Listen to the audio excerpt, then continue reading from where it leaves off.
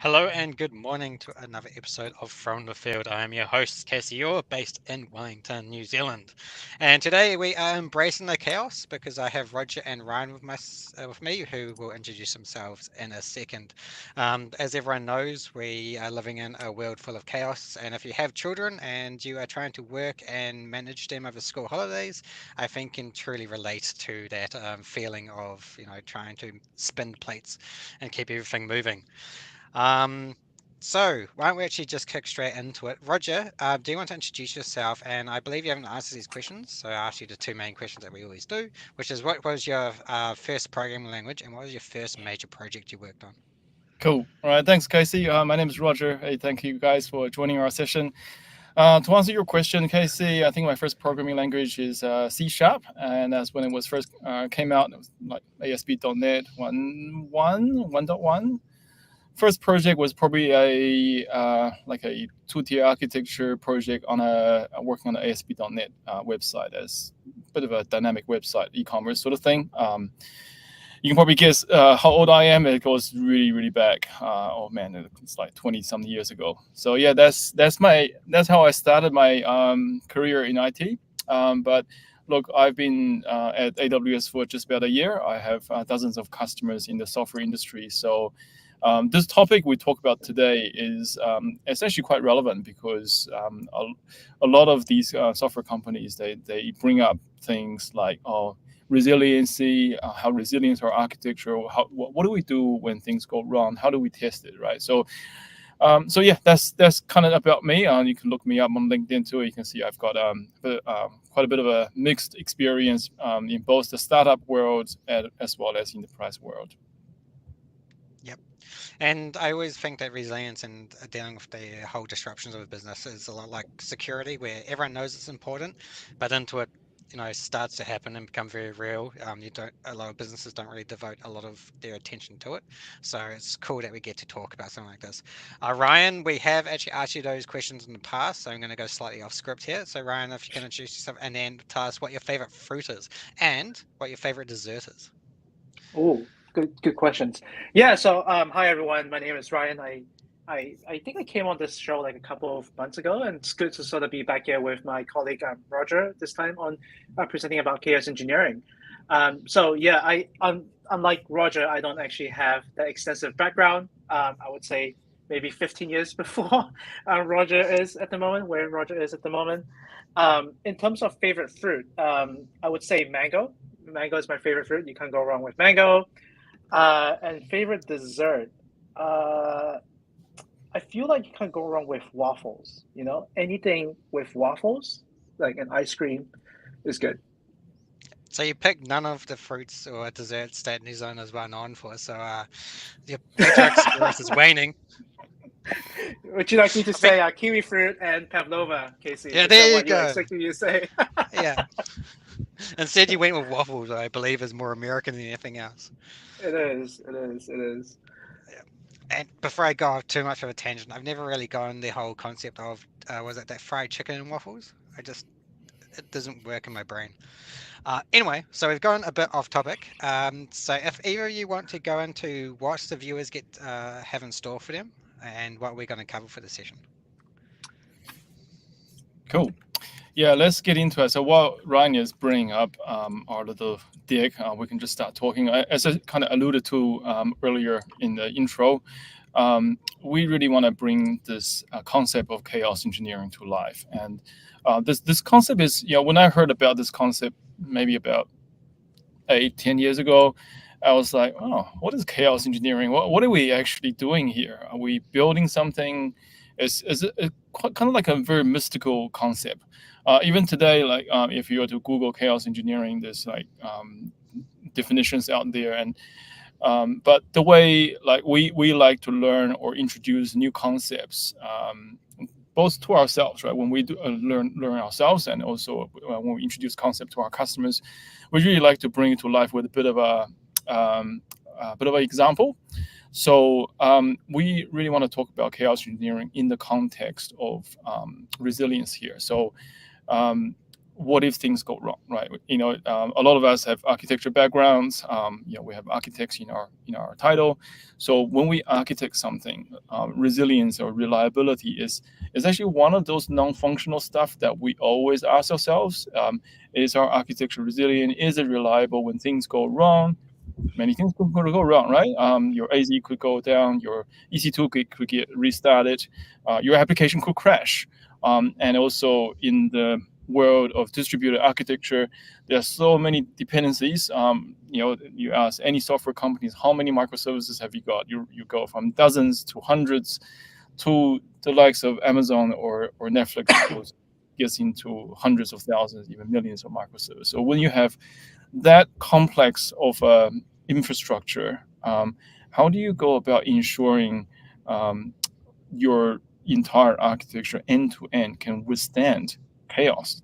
That is, you can withstand whatever happens, and you can still deliver a good customer experience, right?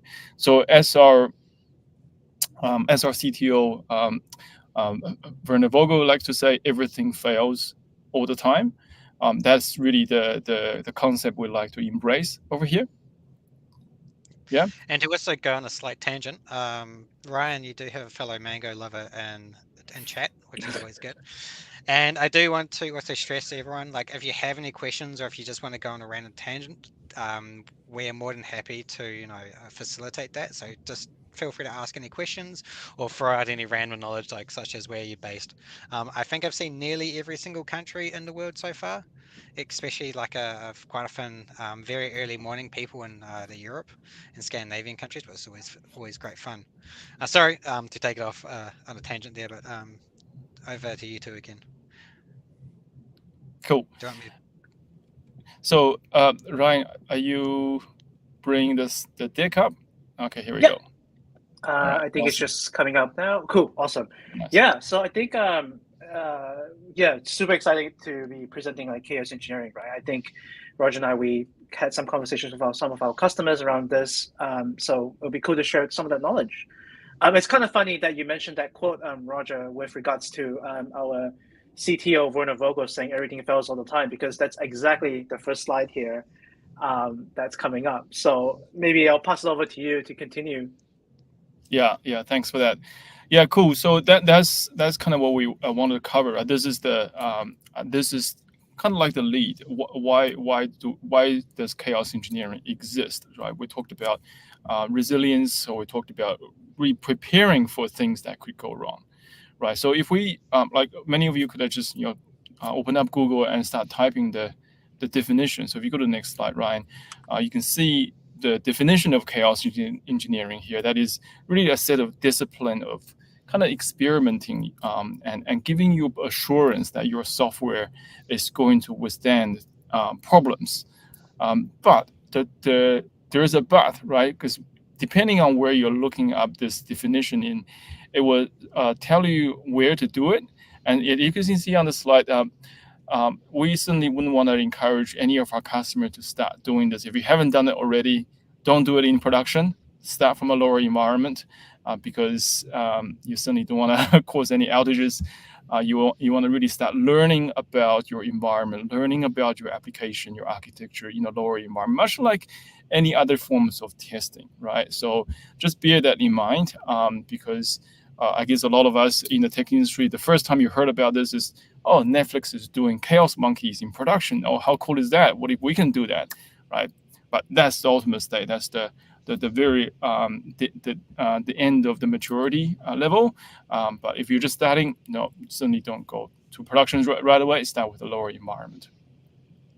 Cool. And also, every university professor is now disappointed with you because you had Wikipedia as your source. Yeah, maybe, you know what, right after this, we're going to log into Wikipedia and do a bit of an edit, shall we, Ryan? Source from you, Roger, from you and me. And actually, the source from this show could be one of the sources. Yeah, 100%.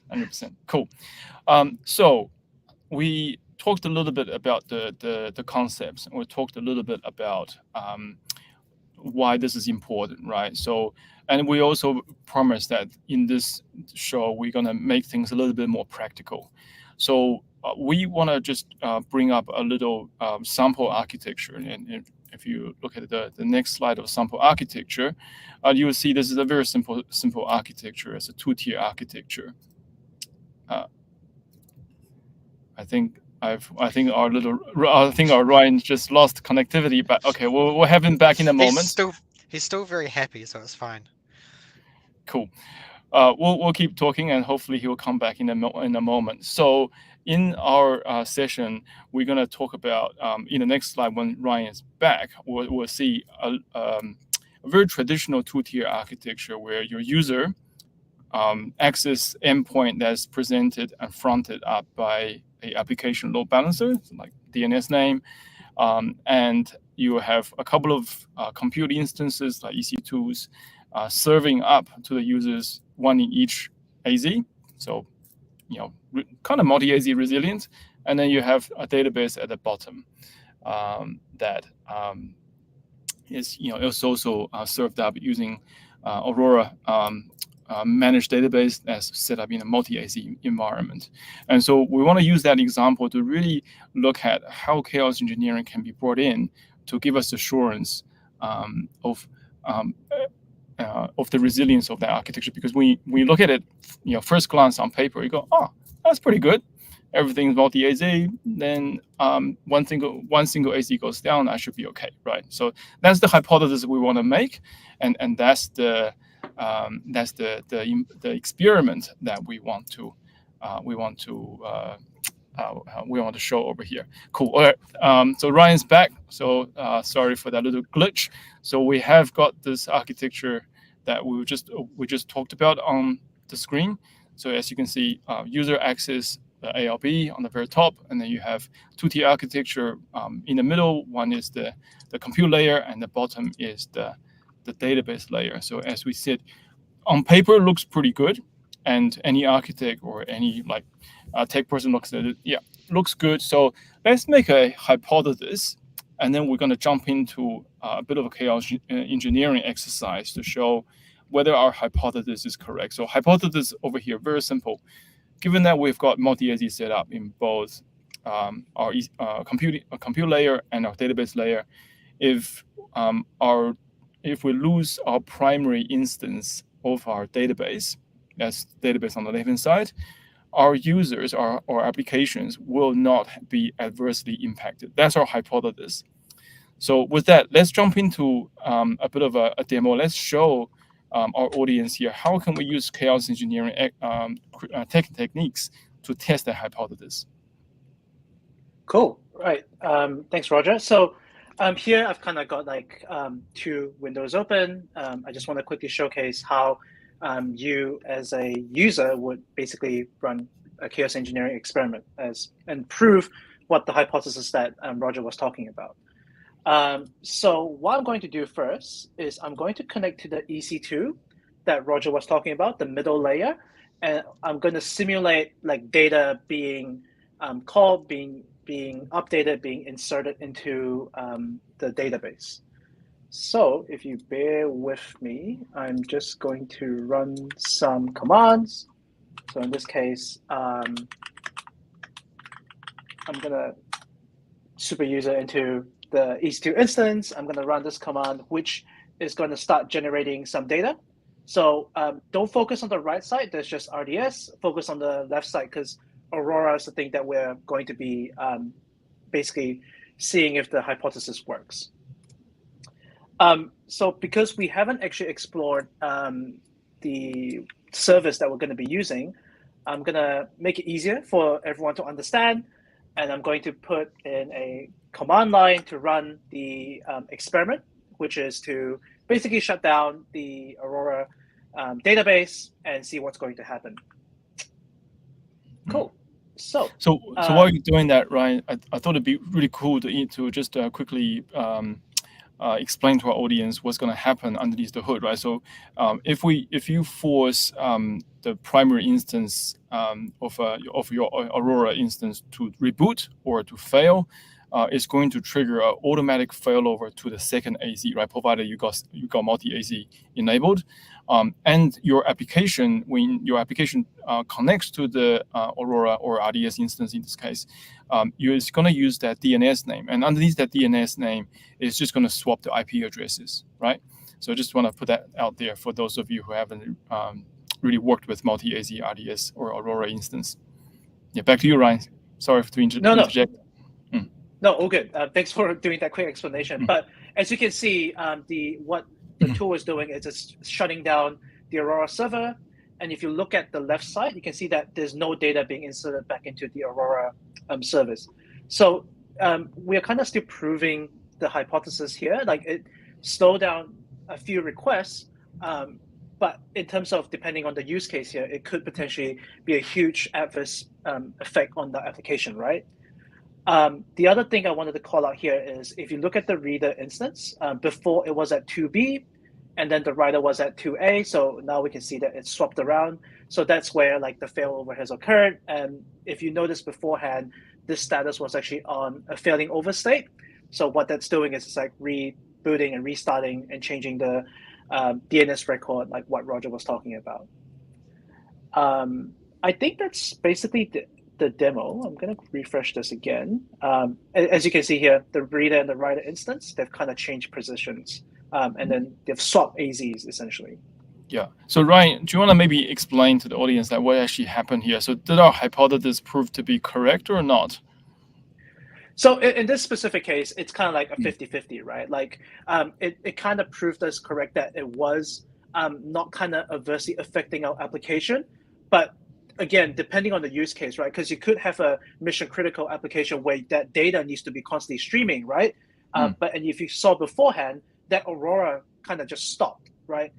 If it's stopping and it's not getting that data, then that's really, really bad because there could be like, people need to make certain SOS calls or you want to be keeping track of all the data that's coming through. So depending on the use case, it could have been, proving your hypothesis wrong. But in the case of just this use case here, I think it's kind of proving our hypothesis to be correct. Nice. And that little blip that we saw was literally the swapping of IP addresses, right? So the IP address has been swapped from AZ1 to AZ2, and the application went, timeout, and swapping to the other IP address, right? Underneath the DNS name? Yeah. Correct. Yeah, that's why you could see like the AZ being like swapped. Like the reader was on another AZ, and then it swapped to the writer instance, which would have been kind of like, I guess, the replica.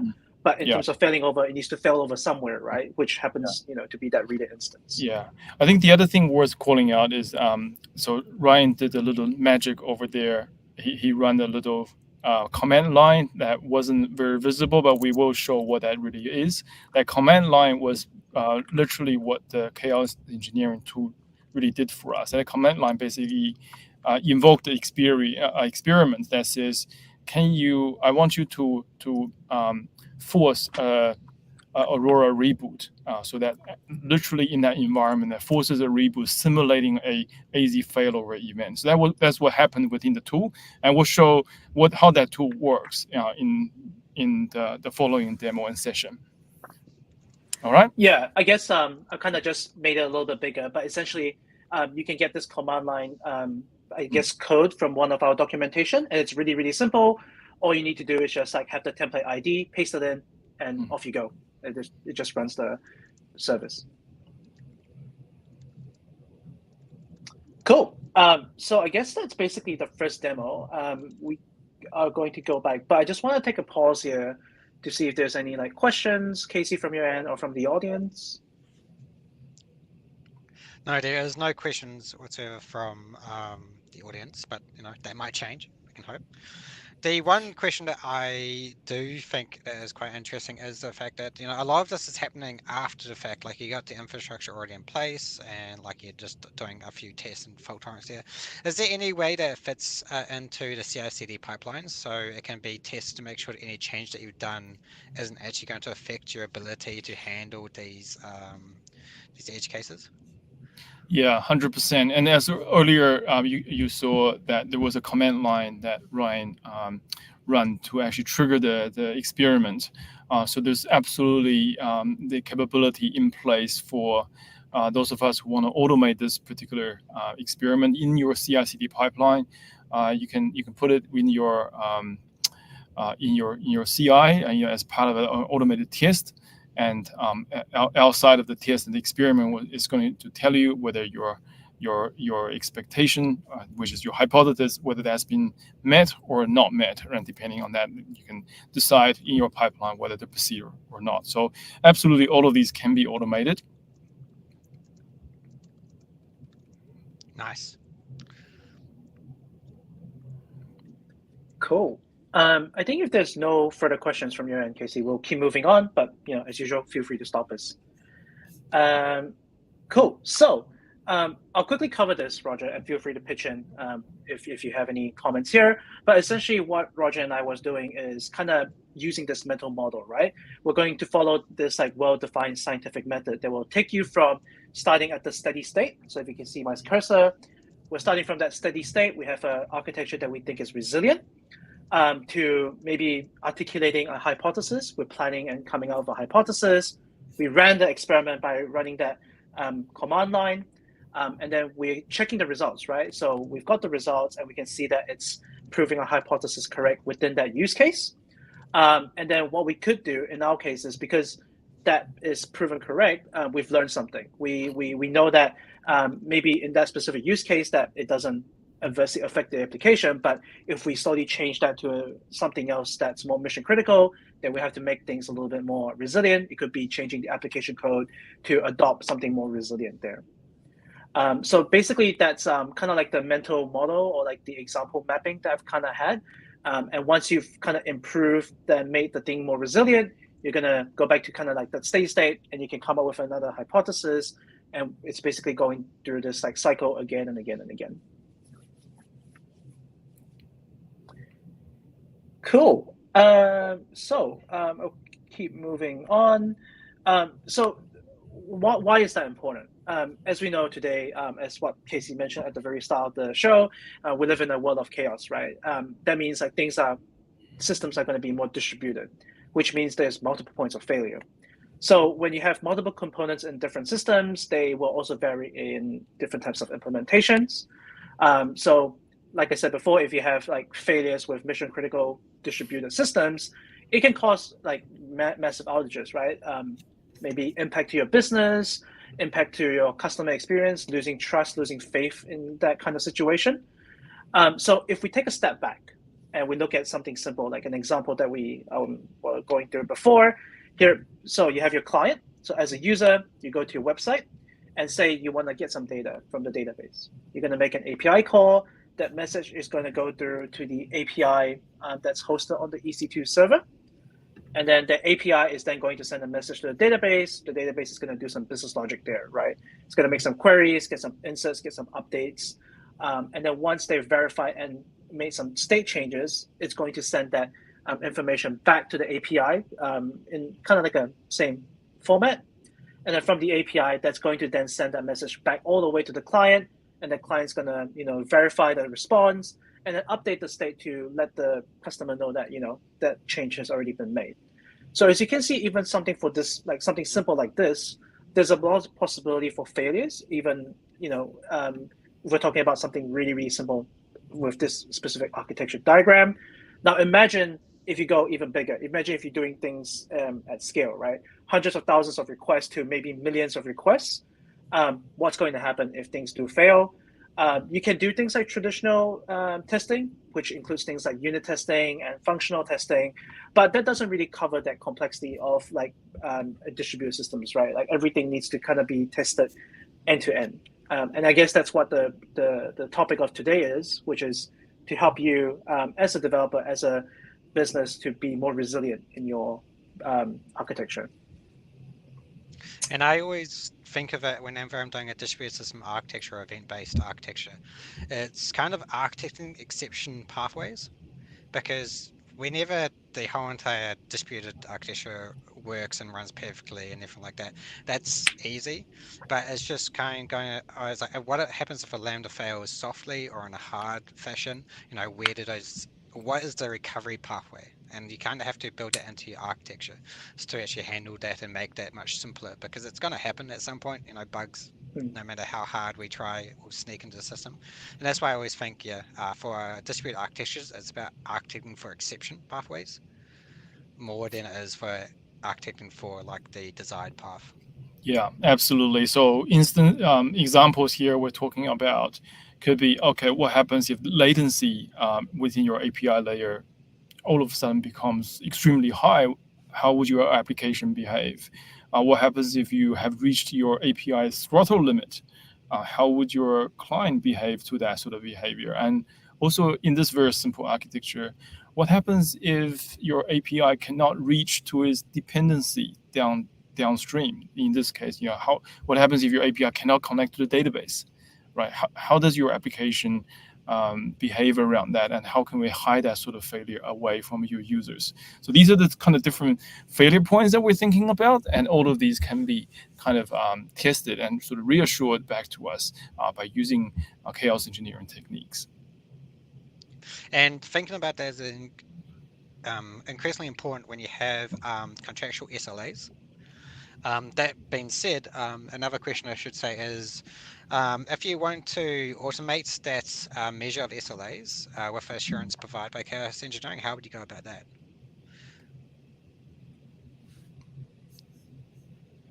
Sorry, Casey, you kind of dropped for me. So it's a question about if you do have an SLA commitment to like a third party because of some type of support agreement, or you're hosting like a mission critical SaaS product, then obviously as part of doing all these tests, you want to make sure that anything that goes wrong, you're still going to be able to meet your SLAs in a automated and measurable way. Is there a way that the chaos engineering can help assure that?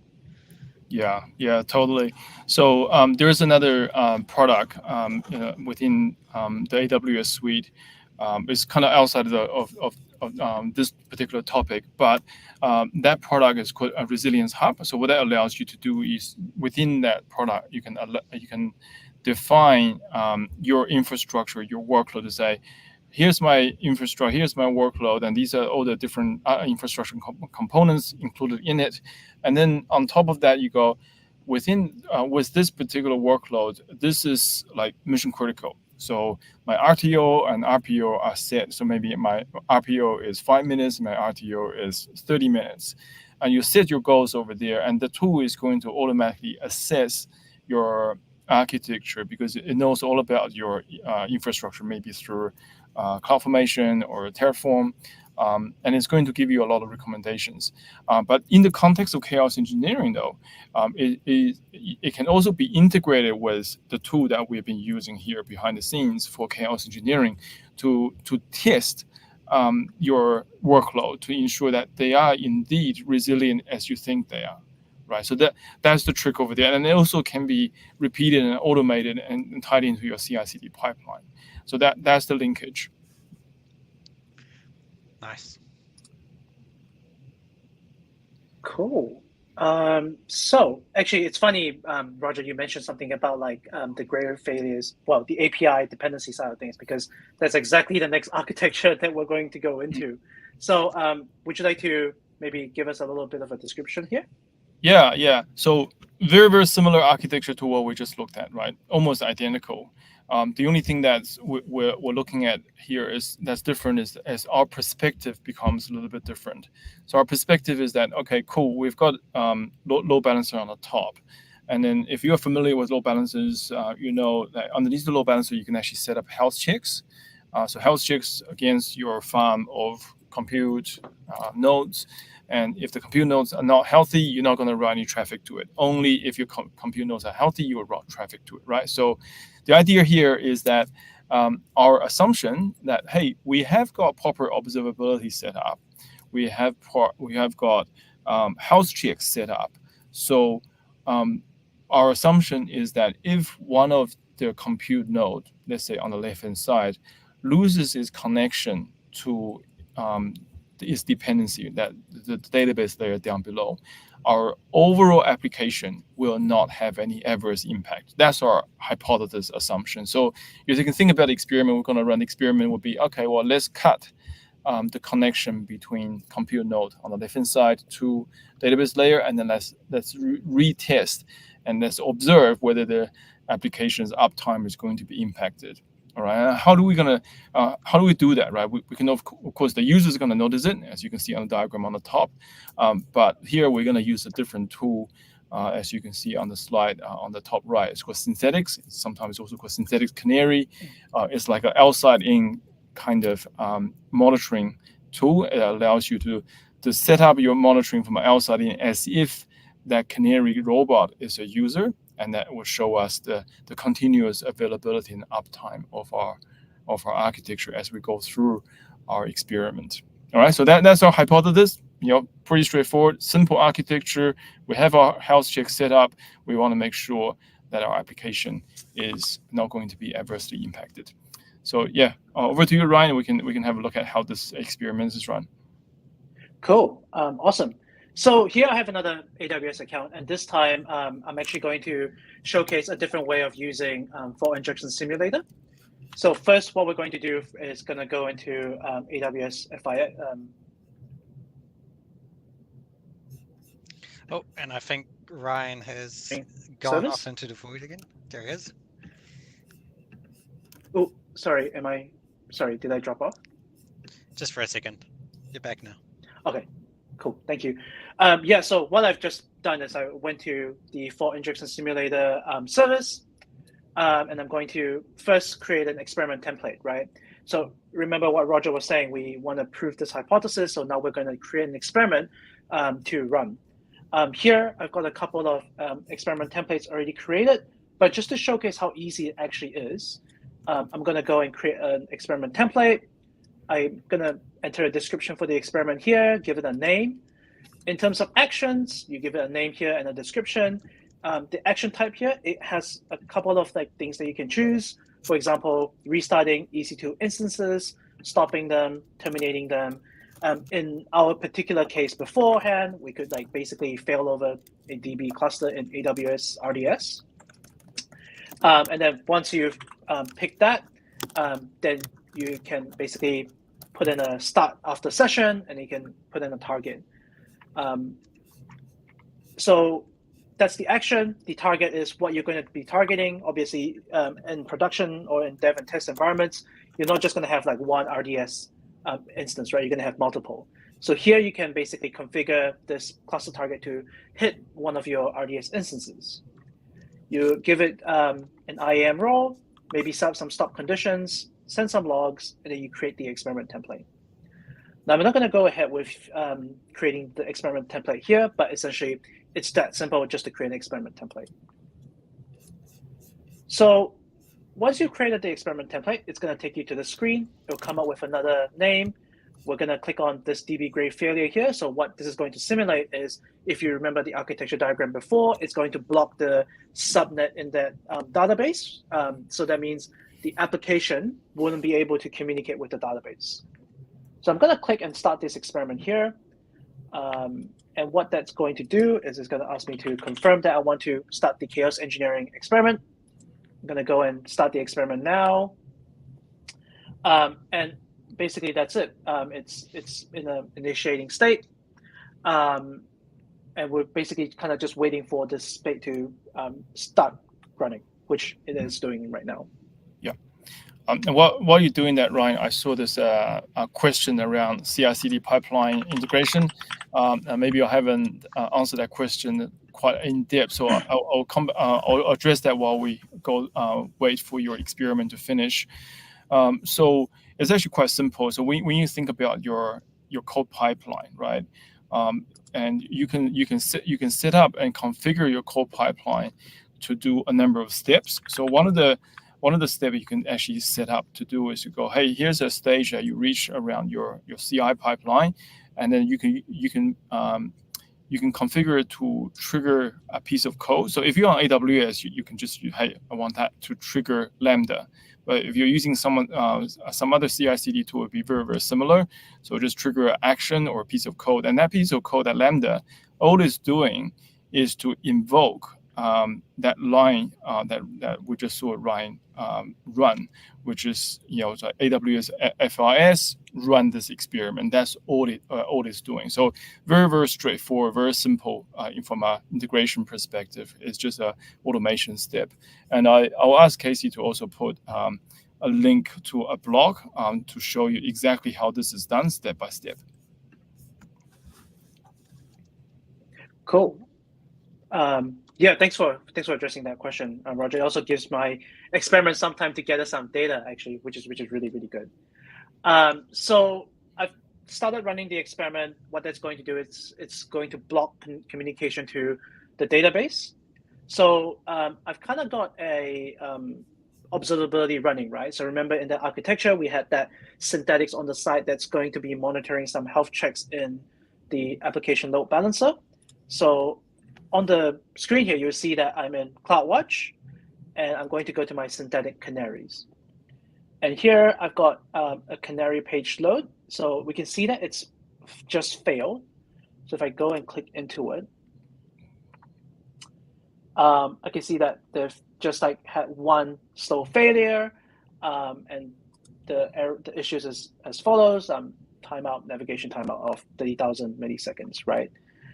Which is shocking because we kind of had the hypothesis that it will not adversely affect our application in this specific case. So what we see here is some customers will be getting some issues accessing the data that's hosted in that database. Right. So this is an interesting find, right, Ryan? So we thought, okay, we've got health checks in place. So we thought, okay, the health check should have picked up that failure and stopped routing traffic to that failed node. But it's not the case. Correct. Is it? No, it's not. It's not. We have configured health checks on this one. So while I was building the example here, if I go into EC2 and I go to that target group, I've actually set up the health checks here myself. As you can see, we have it in 3 different availability zones, and we can see that it's all healthy, right? So yeah, it's interesting that we're seeing that result. So it's kind of proven in this specific case that our hypothesis is incorrect, that it's actually adversely affecting our application, right? You kind of want all your customers to be having the same sort of experience when they're going through your website. But if some of your customers are not getting that same experience, or some customers are failing to get whatever they want to get, then that's going to degrade your experience with your application. So I'll have a look at the health checks here that I've previously configured. In terms of the health checks that I've configured myself, what I've done, because I was building this really quickly, is I've kind of checked to see if a specific picture was showing up within the application itself. So if it loads the web page and it loads the picture, it's going to say it's all good, it's fine and dandy, nothing's breaking. But in this case, the database is gone, right? So what I should be doing is, instead of checking to see if a picture on an application is coming back, I should be checking to see if the database is actually being called, right? So what I'm going to do here is I'm going to change it to sample page, which is the home page of the application, and that's going to make an application call to the database. So once I save that change, what that's going to happen is if there's going to be problems with the database in terms of accessing that health status is going to change from healthy to unhealthy, and that's going to let us know when things break. Yeah, so this is a really interesting point. It actually touches on a couple of concepts here. So one is around deep health checks versus shallow health checks. So the health check that Ryan you showed earlier, all you're doing is just checking if the compute node is up. You're just saying, oh yeah, is the image loading? That's shallow health check. You're not really checking on the dependencies. You're not really checking if the compute node is actually doing what it's supposed to do, which is it really needs to load these dependencies database to actually do something meaningful for the user, right? So it's not deep enough, that health check. And secondly, the other concept that we touched on here is what's called gray failures. So gray failure, if you look up the definition, that is some part of your application is saying, yeah, everything's fine, it's all healthy. But from a different observer perspective, not everything is fine, right? So that's called grade failure, and you really want to avoid grade failures in your production system. And so this is just another example of using chaos engineering to actually identify some of these things that you thought, okay, well, no, it's going to be fine, but it's actually not fine. And uncovering grade failures like this is a great find, especially in your lower environment. You don't want these things to manifest in your production environment. And the most common one that I see for this is when someone is using a simple health check behind a load balancer that they're forcing to HTTPS. Obviously, a health check happens over HTTP. So when it tries and gets a health check, the load balancer will return a 401 or 402, I can't remember off the top of my head. And then they will go, oh, the health check's failing because it's not getting a 200 response. So they'll go in, and I've actually seen this on a lot of like Stack Overflow answers. Just change the expected code to be 401. I'm like, well, that's not helpful, because that just means that the load balance is up and is doing a redirect. It's not actually detecting if the site under it is healthy. So that is how we quite often see these grey phase happening. There is an answer that has come in. Not answer, sorry, question. So if you want to just hand it on yourself, Roger. Yeah, I'll take it. So our question is, how can we effectively measure and assess the benefits of incorporating chaos engineering into CI/CD pipeline? What metrics should be considered to justify the investments in tools like this, especially within the areas of CI/CD? So my answer to that is, I would go back to the business criticality of how important it is for your application to be resilient or to be reliable. Do you have very strict SLAs with your customers? And beyond that, even if you don't, what happens if your application fails? Would there be any implications to your customers? Do people's lives depend on it? Or would there be any reputational damage? Or perhaps it's going to create some really serious disruptions to public transport services, that sort of stuff, right? So that really highlights the importance of resilience and reliability. But look, how I would approach chaos engineering was that CI/CD is where you want to be, but you don't have to start from that. You can certainly start from a manual test to just get a hang of it, and then start thinking about the key metrics that you want to measure. Like, what are the key hypotheses you want to measure? And these hypotheses, like perhaps you got a steady state. It's all great, and it's doing multi-AZ perfectly. Like, it doesn't do any grade failure. You've done all the testing. But what you want to measure here is you don't want any changes of your team to take that stability away, right? So someone may make some changes to your application, to your infrastructure, that all of a sudden make your application not as resilient as before. You want to know about it.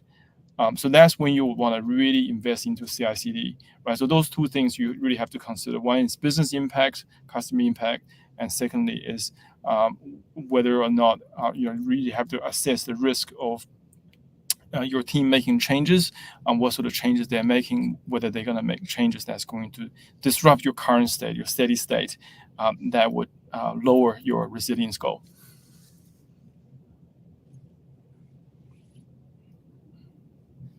Cool.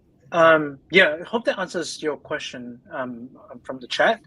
But if we were to loop back to the experiment or the demo that we were talking about is. Cool. And then I think we just lost Ryan again. That's all right. Look, I think that one other question I haven't seen being asked here. Notes in the notes. Oh, he came back. He came back. You as soon as you started talking, by the way. My apologies. My internet's not that well today. With internet like that, you might as well move to Australia. Embracing chaos, right? That's what we're doing. Yep. Yeah, clearly, I'm learning something new today. Learning about the unknowns of my internet stability. But actually, what I was going to say was like the good thing is, even if we learn something about our architecture here, it's not a loss, right? Even if it's like a bad thing, because you're learning something about your infrastructure, right? You're learning something about the unknowns of your infrastructure. Yeah, and while you were cut off, Ryan, I was just going to bring up this other thing, because the examples that we use, the architecture we use is very, very simple. It's EC2, it's ALB, is like Aurora. What about serverless? What about containers, that sort of stuff? So that's something that could probably come up, because we've got customers that on fully on serverless, we've got customers that on containers. What happens to that, right? So serverless, let's take Lambda as an example. You can use what's called a decorator pattern. You can just create another Lambda to wrap around the Lambda that you want to test. And that decorator Lambda can use this concept to actually inject stuff like latency, like changing your response code, or simulating sort of exceptions in your code execution. And that's how you can wrap around your chaos engineering around a Lambda. There's a way to do it, and certainly it's doable. And the other thing is that when it comes to containers, right? So containers, there are also actions. So in a moment we'll show you what's underneath the hood. How does fault injection simulator work? So one of the things that we touch on, the concept is called action. So action is like, what does the experiment do? And this so action for things like ECS or EKS, you can do things like stressing the CPU to a certain level for a specific period of time. You can stress the I/O.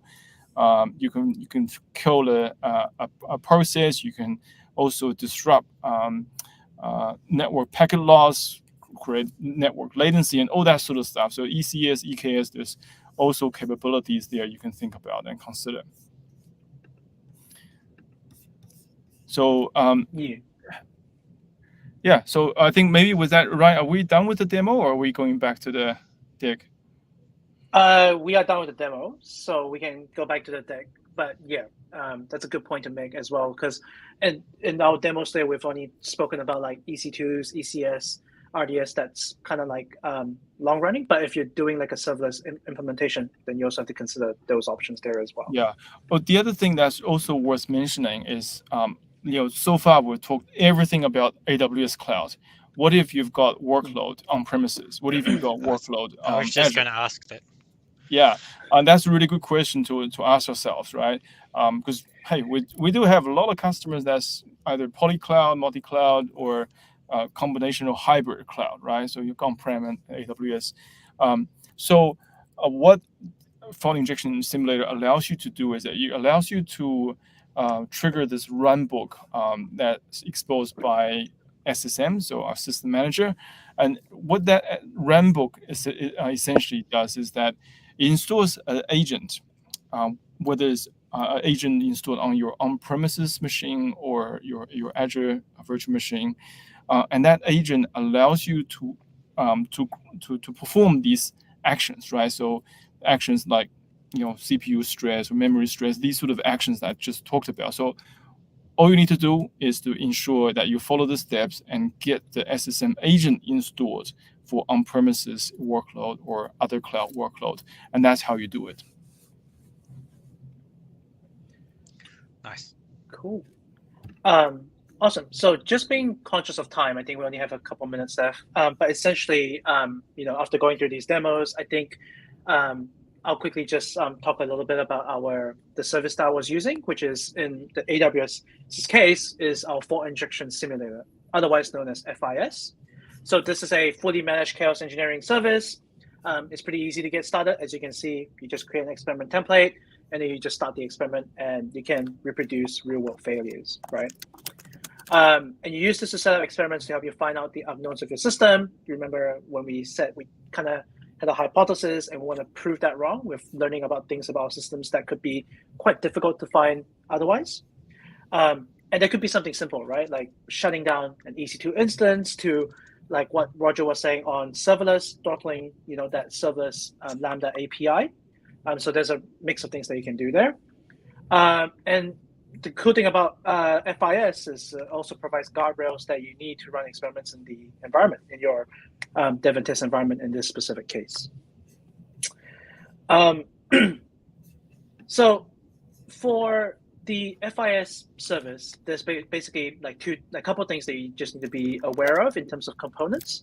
The first one is on the experiment templates, where it basically contains one or more actions to run on the specified targets that you want to target. They kind of define an experiment, and they're used to start an experiment request. So these includes things like, as you can see before, actions, targets, stop conditions, IAM roles, description and tags.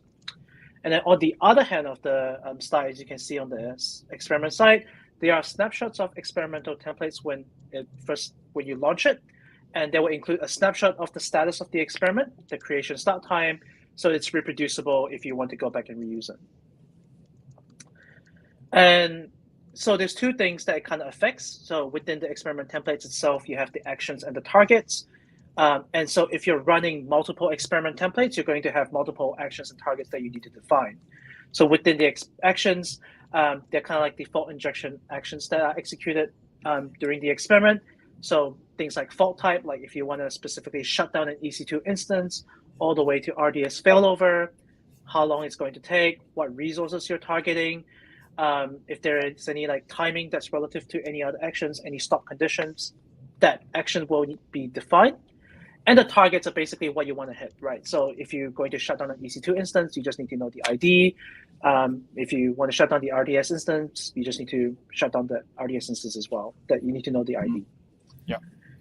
So I see a question on chat. I think we might have touched on this earlier. So how do you effectively measure and assess the benefits of incorporating? Oh no, sorry, that's that. Where's the SLA one? So how do we automate and the measurement of SLAs, right? So this is where we will encourage you to explore a service called Resilience Hub.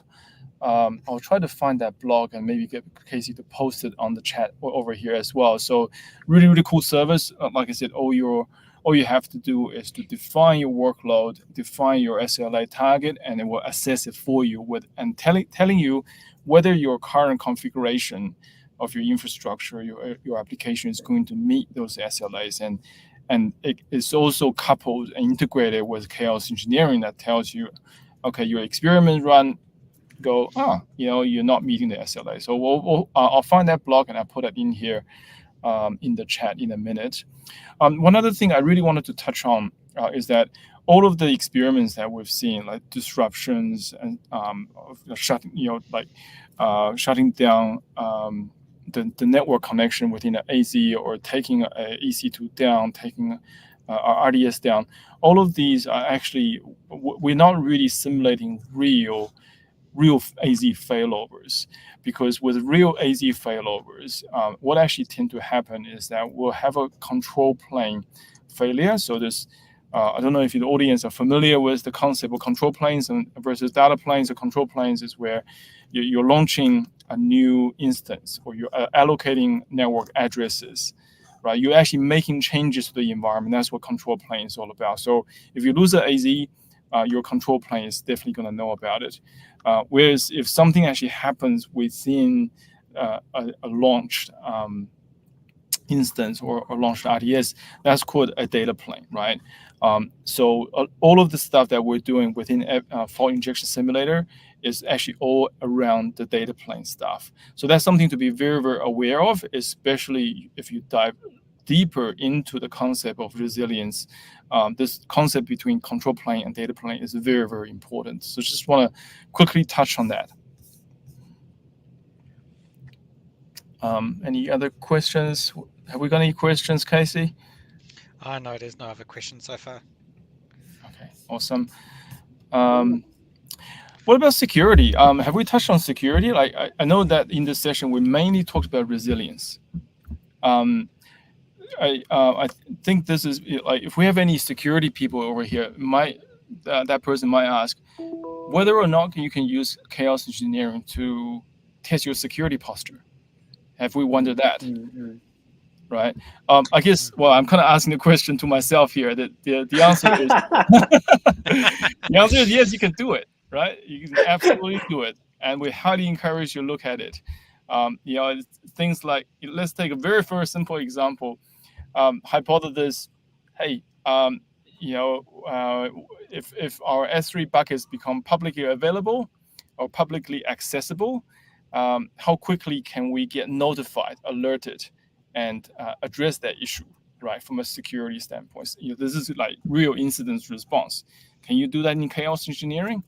Absolutely, you can. You can test that hypothesis. You can use the this SSM concept I talked about. You can actually automate the turning on of public accessibility of your S3 buckets, and actually see whether your AWS config is going to notify you, right? And then from there, you can go, oh, do we have proper runbooks to actually address that issue? And often than not, you'll find that, oh, yeah, maybe it's the time to resolution. Maybe we need to refine our runbook. It's not so much a technology problem, but more so a process problem. And when you do run those security-related experiments, do make sure you tell your security team. And I mean, everyone in your security team. I have had some very vibrant moments with some customers when they forget to do that. And, everything starts lighting up red, and then the head of security, gets absolutely. And don't do that in your production environments. That was your lower environments, right? Yep. Yeah. As the definition said at the very start, right, Roger? Dev and test, not production. Ideally. It's not to say that you can't run it in your production. When you're confident enough, like Netflix, you can, right? But the key takeaway is don't start in your higher environment. Start in the lower environment so you can build up your confidence, build up your maturity, and go from there. Yeah. Cool. I'm conscious we have like 2-3 minutes left, so I just really wanted to cover this what's happening under the hood for FIS. But I'm just going to quickly run through it because of timing. But essentially, what you have here is the fault injection simulator. You can use it via the console and through the command line interface. And that command line interface lets you automate CI/CD pipelines, and some of the questions are asking about that as well. FIS also incorporates IAM, Identity Access and Management, and through those, you can basically control what faults can be authorized and on what resources. It will create these templates. So once you create these templates, it will start the experiment on the engine side, and then depending on the stop conditions, it will stop them. So the other question that some people might have had was, what if I'm using monitoring tools that are third party? Well, the cool thing is if you are using monitoring tools from a third party, you can actually do your stop conditions via EventBridge, which is another one of our services, and that can stop the experiments for you, and then you can get some data through there and back to your monitoring tools. But otherwise, that's basically it. I think that's all the deck here has. We don't actually have that much time, do we? Casey and Roger, I think only 1 minute left. Any questions or comments or queries? I've just posted the blog for the Resilience Hub, so if anyone is interested in reading up more about that, then go for it. If you have any questions, now is time to ask them. But while those come through, and to allow people to have the time to actually type messages, because I do realize that not everyone writes at 6 million words per second. So thank you, Ryan and Professor Ryan and Roger, for coming on and sharing your views and educating us all about chaos engineering and everything like that. And I'm still just going to say Digimon is better than Pokemon. Oh, that's triggering, man. It's very triggering. I don't believe it anyway, so it's fine. But yeah, thank you very much. I don't see any questions coming through right now, so I will say thank you to everyone that is watching. I hope you enjoyed your time and learned something new. And for Roger and Ryan, thank you very much for taking your time out to be on the show. Awesome. Thank you for having us, Casey. Oh, good. For everyone else, Mā te wā.